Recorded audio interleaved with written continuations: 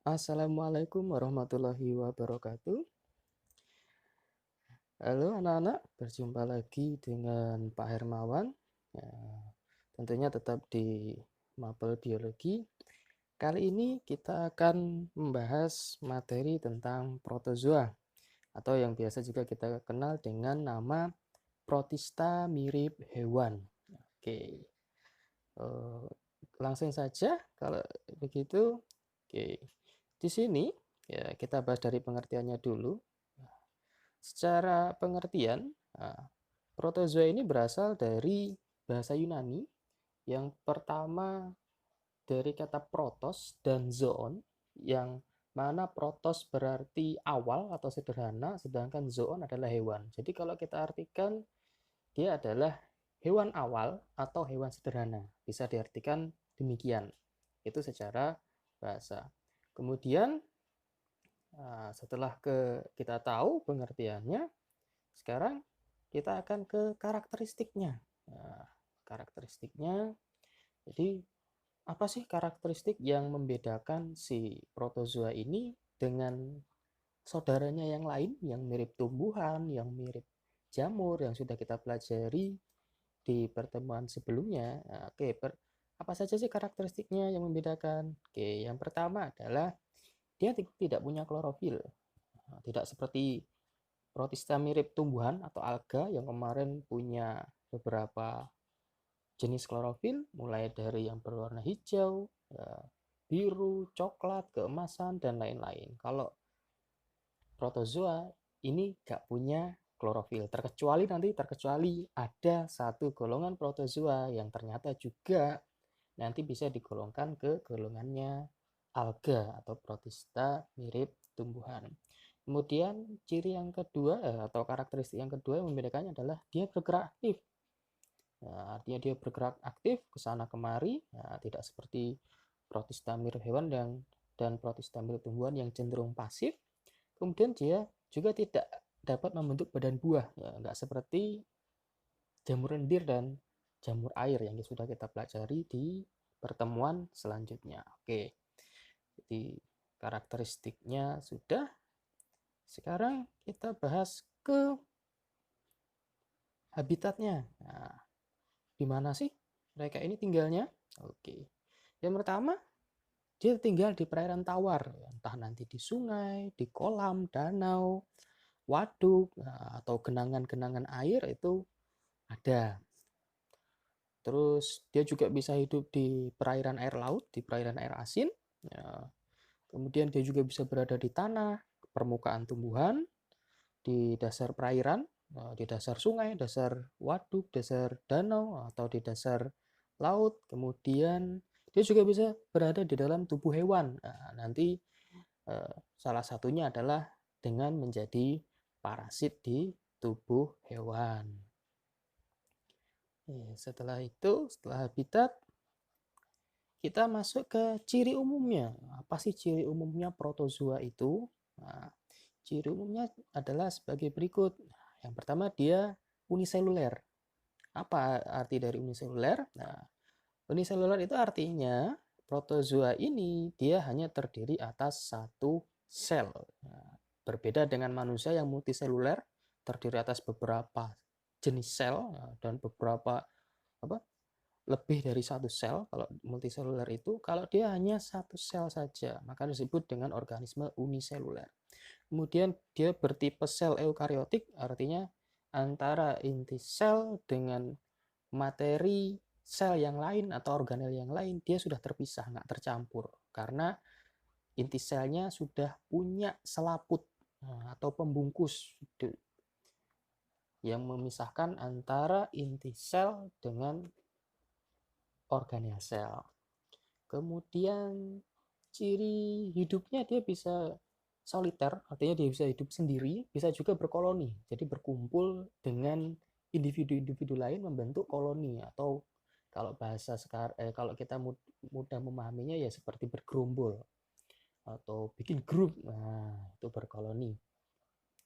Terus kemudian dia bersifat kosmopolit, artinya rentang hidupnya luas, hampir di semua wilayah muka bumi ini bisa ditinggali oleh protozoa.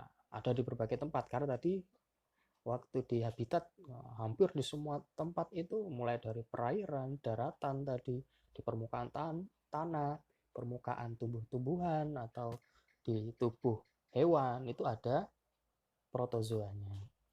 Nah, terus juga dia cara hidupnya, dia bisa hidup bebas, artinya mandiri, tidak menggantungkan hidup pada organisme lain, tapi bisa juga dengan cara parasit, merugikan makhluk hidup lain atau inangnya. Bisa juga dengan cara saprofit. Nah, masih ingat dong saprofit seperti apa? Yaitu dia mendapatkan makanan atau hidup itu dari sisa-sisa tubuh makhluk hidup atau sisa-sisa zat makhluk hidup yang dikeluarkan oleh makhluk hidup tadi. Nah, itu saprofit. Nah, ciri sudah selesai. Sekarang kita bahas tentang perkembangbiakannya, reproduksinya seperti apa sih si protozoa ini. Nah, di sini protozoa ini bereproduksi dengan dua cara, bisa dengan cara seksual maupun aseksual. Seksual dengan cara konjugasi. Nah, konjugasi nanti dia harus bertemu dengan protozoa lainnya, tapi yang masih dalam satu jenis. Individu lain yang masih dalam satu jenis harus bertemu untuk melakukan konjugasi. Kemudian secara aseksual, yaitu dengan cara membelah diri atau melakukan pembelahan secara amitosis, dari satu membelah jadi dua dan seterusnya. Itu untuk reproduksinya. Sekarang setelah reproduksinya, kita bahas klasifikasinya. Nah, kalau kemarin kita mempelajari protista mirip tumbuhan digolongkan berdasarkan warna klorofilnya, nah untuk protozoa kira-kira berdasarkan apanya ya kalau kalian bisa tebak? Nah, jadi klasifikasinya mereka dibedakan berdasarkan ini. Dasar klasifikasinya adalah berdasarkan alat geraknya. Nah, mereka dibedakan berdasarkan alat geraknya. Oke.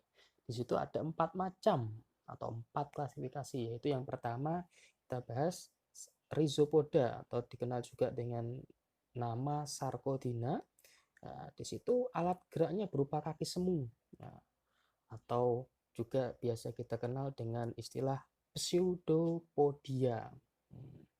Contohnya apa? Contoh dari Rhizopoda ini, contoh organismenya adalah amoeba. Bisa nanti amoeba proteus dan lain sebagainya. Ini untuk Sarcodina.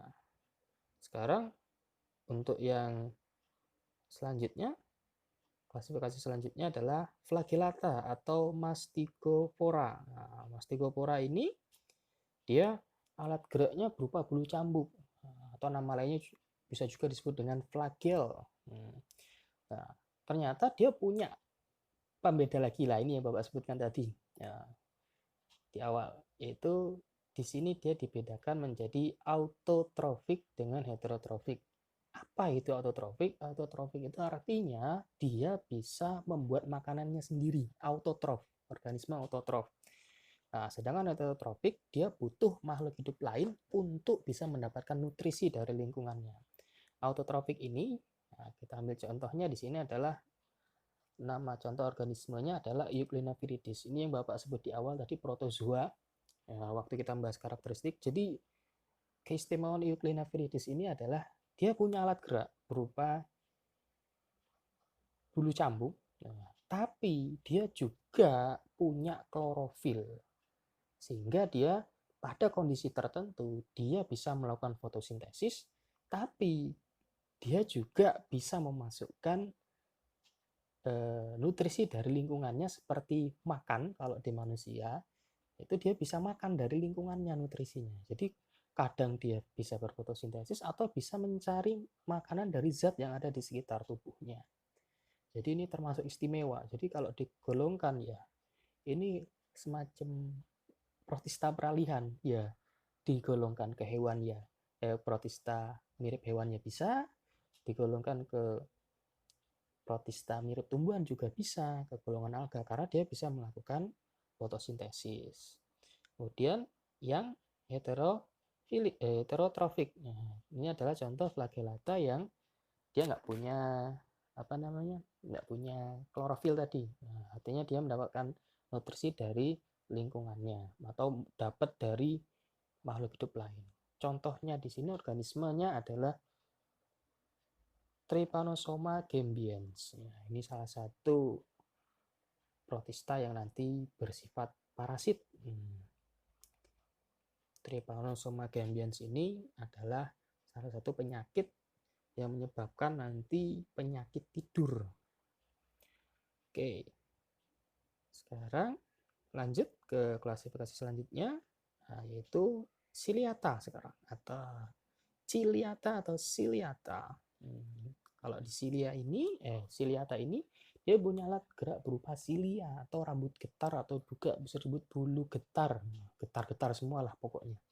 Jadi itu adalah alat geraknya dari si golongannya Ciliata ini. Nah, contoh organismenya adalah Paramecium caudatum. Nah, selanjutnya yang terakhir ini adalah Sporozoa. Nah, ini yang paling nggak enak ini.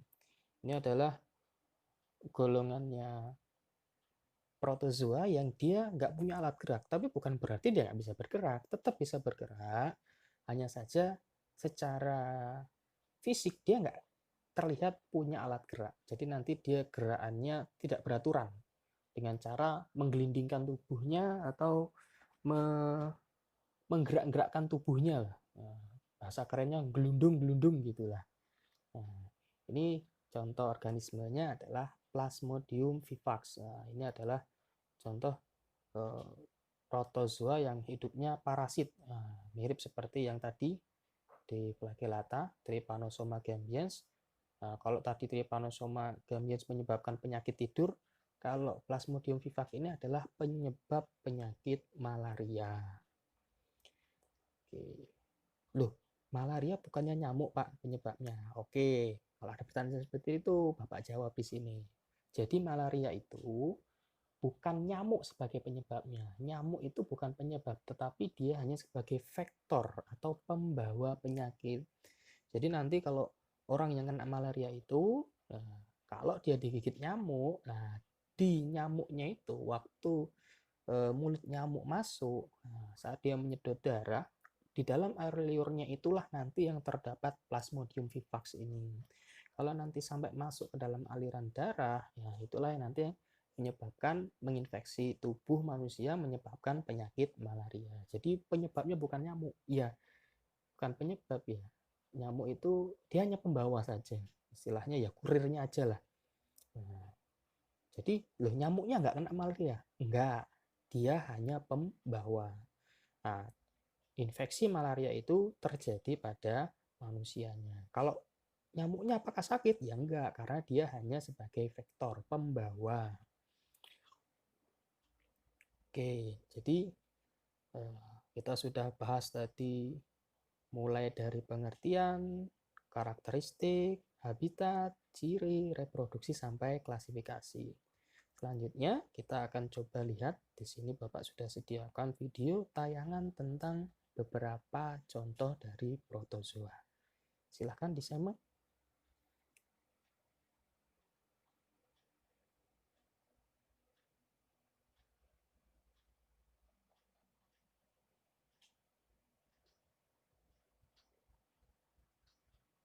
Oke, di sini ada contoh dari Rhizopoda. Dia kaki semu. Nah, ini adalah contoh dari Flagellata. Kalau dia mati berwarna hijau tadi, itu adalah klorofilnya. Dan di sini ada Ciliata. Nah, kita perhatikan bagian sekitar tubuhnya ada seperti kilatan-kilatan, itu adalah bulu getarnya. Nah, ini Paramecium. Ada kilatan-kilatan kecil di samping-samping tubuhnya, itu bulu getarnya. Kemudian, lah ini Sporozoa. Nah, ini kalau tadi nggak punya alat gerak loh, tapi kok bisa gerak ya seperti ini. Dia bergeraknya. Jadi secara kasat mata nggak punya alat gerak, tapi tetap bisa bergerak. Nah, ini tadi protista, mirip hewan. Rhizopoda, kaki semu, Flagellata, bulu cambuk, Ciliata, bulu getar. Kemudian Sporozoa yang tidak punya alat gerak. Oke, mungkin cukup sekian dulu untuk pertemuan kali ini. Mungkin nanti kita akan bertemu lagi di video selanjutnya. Terima kasih. Alhamdulillahi jazakumullahu khairan. Sampai jumpa.